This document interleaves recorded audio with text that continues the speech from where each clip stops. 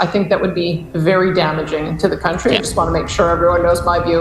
Let's get a new leader in place in the Liberals, and let's get to an election right away. If they win, then we know who is at the table for the next 4 years. If it's somebody else, then let's get that resolved. I was advocating for everyone. I think we were very successful in making the argument about energy resources. I think we can make similar arguments on food. I think our strongest argument is around our energy resources. As you've seen, we've had a breakthrough, and now we just have to work on making sure the Americans understand that entire picture across all tariffs. Danielle Smith has just humiliated Trudeau on live TV in a debate about the newly implemented 30-day pause on tariffs between Canada and the U.S.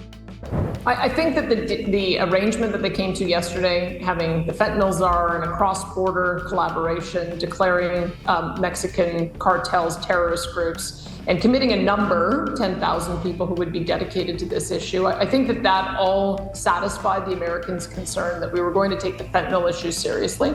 I think that's what led to a 30-day reprieve. Now it's going to be a matter of making sure that we show some progress on that in order to make sure that it doesn't come back. The host, eager to know Smith's perspective, asked whether she thought the federal government deserved credit for this brief suspension. This seemingly straightforward question acted as a springboard for Premier Smith to explore her criticism of Prime Minister Trudeau's handling of the situation. It became clear early on that Smith did not view the 30-day pause as a victory, but rather as a momentary break that required much more than temporary solutions. I think that there's two conversations we're having with the U.S. administration. One conversation is the tariffs related to fentanyl. And the second conversation is all of the irritations that the administration has with the CUSMA agreement. And I don't think we should intermingle those two. I think we've got to address the fentanyl issue to avoid the 25% tariffs. And then the second stage is having an election so we can have a government who can spend 4 years renegotiating the CUSMA. I think if we try to intermingle those two, then we're not going to satisfy the concerns around fentanyl. So I'd like to stay focused on fentanyl, make some progress in the next 30 days, and then hope we can move on to the next stage when we've got a new. As we move forward, I'd like to ask you a quick favor to subscribe and like this video. It takes just a second and helps us so much. Premier Smith did not waste time addressing one of the most pressing issues on the table, the fentanyl crisis. She took the opportunity to argue that the fentanyl issue should be treated as a standalone problem, separate from the broader, often contentious, trade disagreements between Canada and the U.S. She did not want to see these life-or-death issues tangled up with other things in the relationship, like trade taxes or disputes over the U.S.-Mexico-Canada agreement. I think it's both. I think that we need to make progress on fentanyl so that we don't end up seeing the 25% tariffs come back.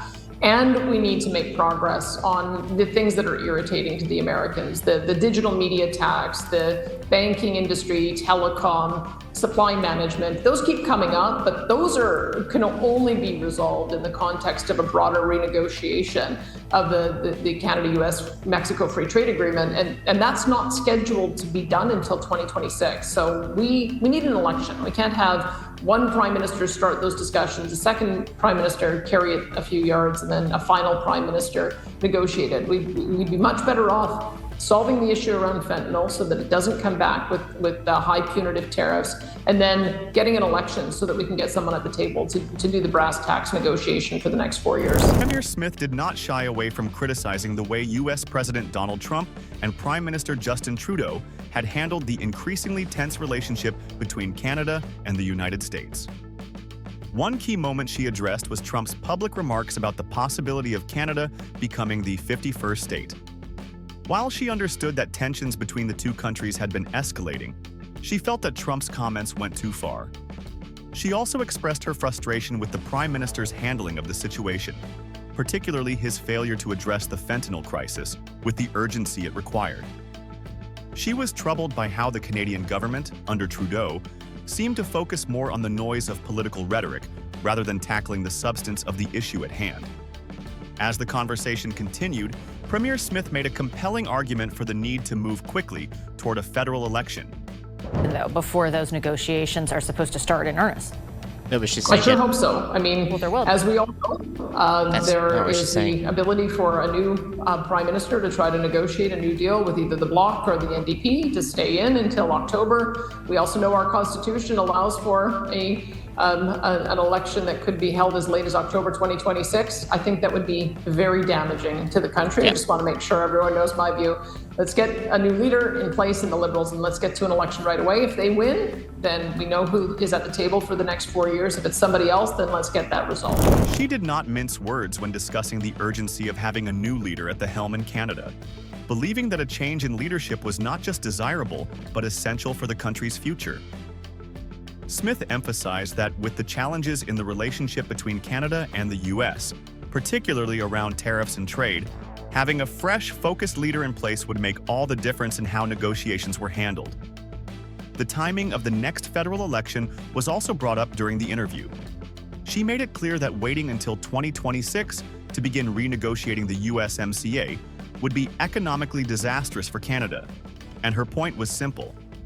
The longer Canada waits, the more entrenched its weaknesses would become in the eyes of the U.S., potentially costing the country billions in trade and economic opportunity.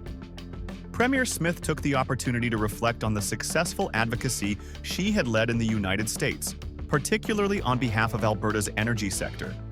I was advocating for everyone. I think we were very successful in making the argument about energy resources. And let's remember that the definition of energy resources is very wide. It's oil, gas, electricity, critical minerals, uranium. So every single province benefited from the recognition that the Americans need that. I think we can make similar arguments on food. I think whether it's cattle or whether it's grains, I think that goes into an American supply chain that adds value added, and it's the exact same argument.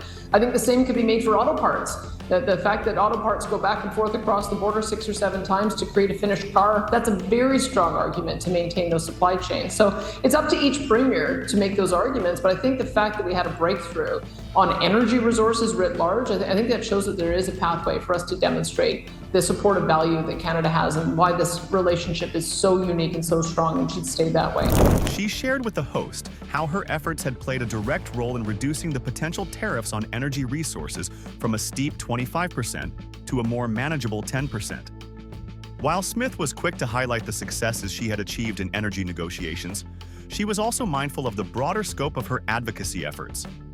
She expressed her ongoing commitment to representing all Canadian industries, including agriculture, manufacturing, and other sectors that contribute to Canada's economy. Could you be blunt with Canadians? Is it your plan over the next 30 days to advocate for a pause writ large, or will you continue to focus solely on energy? I've never been focused solely on energy. I've always focused on the special trading relationship we have as a reason for Canada as a whole, every province, all products, to be able to go across the border tariff-free. I think our strongest argument is around our energy resources. As you've seen, we've had a breakthrough, and now we just have to work on making sure the Americans understand that entire picture across all tariffs. But I don't want to get distracted on the economic arguments without understanding that we have to address the issue. However, she made it clear that her primary focus so far had been on energy resources, as they were the immediate and most pressing issue on the table. She argued that Alberta's energy resources were not just a local concern, but a national one. And addressing these concerns had a direct impact on Canada's ability to navigate its economic relationship with the U.S. Premier Smith took a step back to reflect on the broader economic relationship between Canada and the U.S. She emphasized that Canada's special trading relationship with its southern neighbor should be viewed as a national issue, one that spans all provinces and industries. She said the foundation of this relationship should be built on the principle of a tariff-free exchange of goods, allowing for the free flow of products from all corners of Canada, from Alberta's energy resources to the agricultural goods of the prairie provinces and the manufacturing output from Quebec and Ontario. In her eyes, the strength of Canada's economy rested on this integrated approach, where every province could participate equally in the trade that so heavily influenced the nation's prosperity.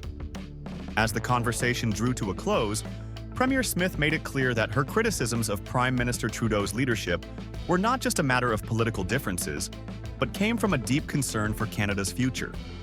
By framing her criticisms in a way that highlighted her focused efforts and the lack of progress under Trudeau's government, Smith succeeded in humiliating the Prime Minister without needing to raise her voice. What do you think about the state of Canada's leadership and the future of its relationship with the U.S.? Let us know in the comments.